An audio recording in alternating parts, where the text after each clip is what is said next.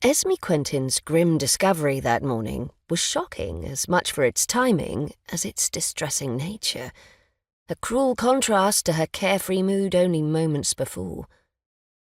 She'd had an uneventful journey to North Devon, arriving at the tiny historic port of Warren Key earlier than anticipated for her meeting with Ruth Gibson, on whose farm she'd be staying.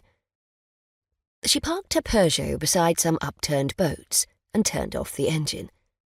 It would be good to see Ruth again. Would they still recognise one another after 30 years?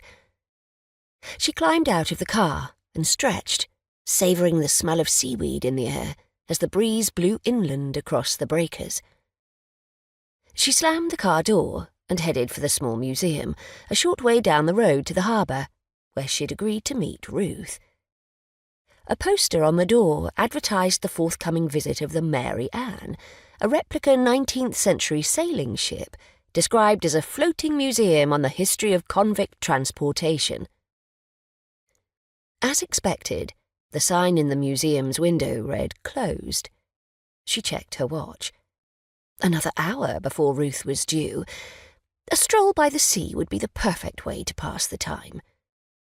She threw her sweatshirt around her shoulders and carried on down the hill towards the quay, winding her way between the hotel and the cottages, which in the 19th century would have housed labourers and their families who worked at Warren Key when it was a busy port.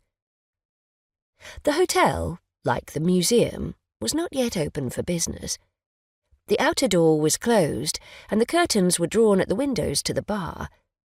Too early for guests to be at breakfast, though not too early for staff to be at work.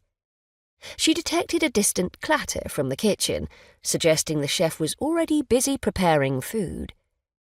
She considered banging on the door to ask if coffee was being served, but decided against it. Perhaps later.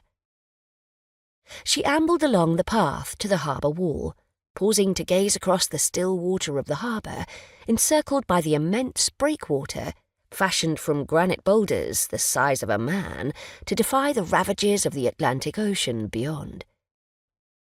She continued down the steep stone slipway to the beach, pausing at the bottom to slip off her sandals and roll up her jeans. Waves hurtled between the rock strata as though they were running late, and she quickened her pace with them to reach the water's edge and splash in the shallows. As the wet sand oozed between her toes, she relished a bubble of excitement at the thought of spending the next few weeks in such a dramatic and unspoiled location.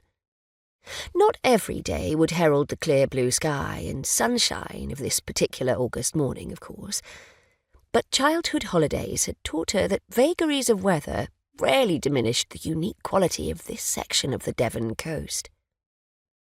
It had been a wise decision to seize the opportunity for a change of scenery and a new challenge. It was exactly what she needed right now,